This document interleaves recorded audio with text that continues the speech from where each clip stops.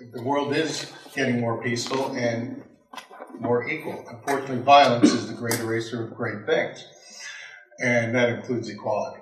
So many various reasons, but it was very interesting once I read the definition of suicide and found why people kill themselves. It kind of coincides with the same reason why people commit violence.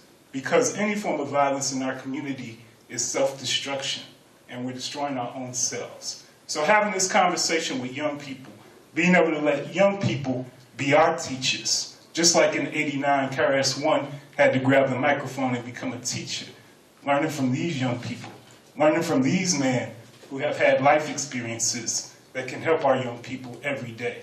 What can you do to help? Anything that you can. Smile at a young man, shake his hand, ask him what he needs, ask him how he's doing, ask about his family, ask about his peers, ask about his grades, see if you can take him somewhere sometime. If you can't do that, just send positive thoughts. Or perhaps look at the way you handle conflict in your own life and on your own self. Because it says it's not about picking up a gun and shooting somebody. It's about, do I even hold hate in my heart for my own brother? All right? And once you develop relationships and you bring in the relevancy, students will do anything for you. They will produce. Many of you have seen this if you've coached a team or whatever. All right? They will take that extra, all right? You can then bring in that motivational piece and they can conquer the world. I think every kid has the desire to do better, but so we have to define what does do better look like.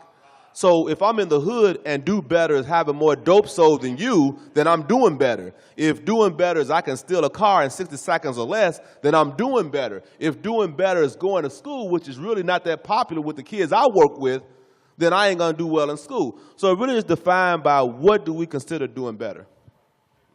So you just got to be there. It doesn't matter whose kid it is.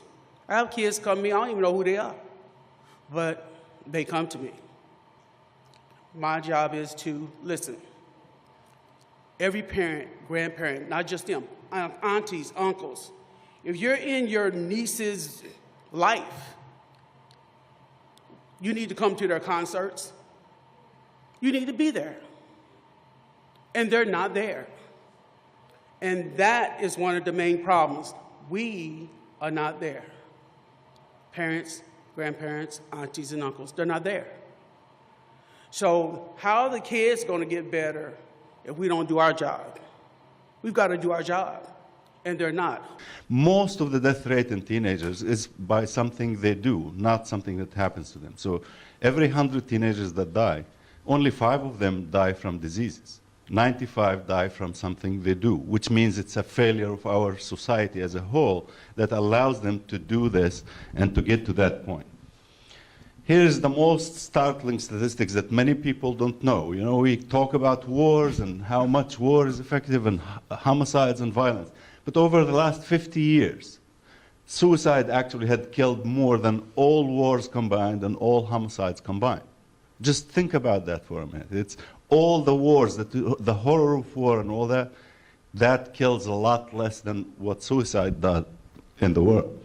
Restorative justice is a process that involves, to the very extent possible, all those who have a stake in the incident. And together, they identify and address the harms that were done, the needs and the obligations that come from that harm, and then how to make it right.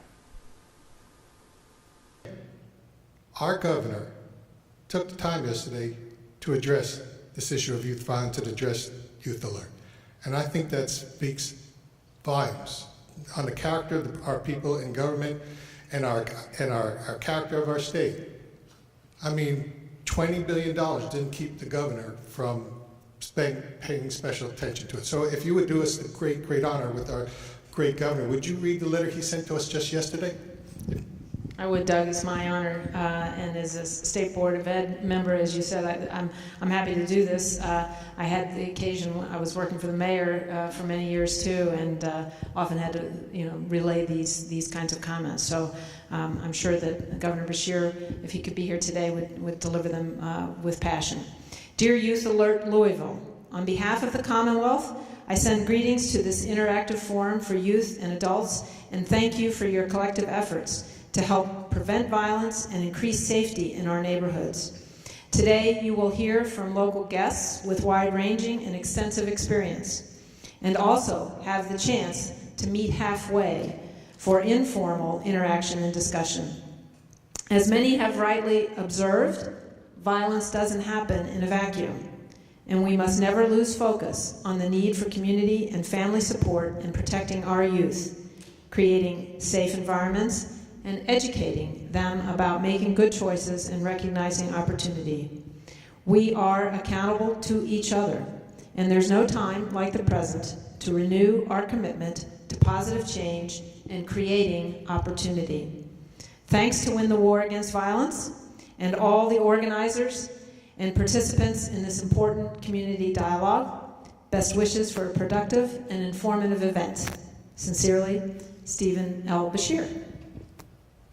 We have a letter from our U.S. Senator who is on the Foreign Relations Committee of the U.S. Congress, who is on the Homeland Security, and took the time to write a letter to us 2 days ago just to talk about youth and youth violence. I'm going to read it to you now. This is from our Kentucky Senator, U.S. Rand Paul. Dear Youth Alert, I want to extend greetings to this Youth Alert event for adults and young people and commend you on your efforts to promote safety and prevent violence in the community. Violence is not, capitalized, inevitable. By being here today, you are being an active voice and advocate for good. By listening and being accountable to each other, you are taking a huge step towards creating and maintaining a safe environment. Opportunity through education and employment is an essential part of that discussion. We should all work to provide more opportunity, especially in places today that have less. Thank you, Win the War Against Violence, for organizing what I'm sure will be a rewarding event. Sincerely, Dr. Rand Paul, U.S. Senator from Kentucky. Maybe not all youth know who our senators are, but I think one thing Youth Alert does is show the importance of our youth, that adults, by adults being part of it, by both adults taking the time to recognize your attendance, I think is huge, and I think we're creating a model that we hope all youth will follow, a model of teamwork and equality.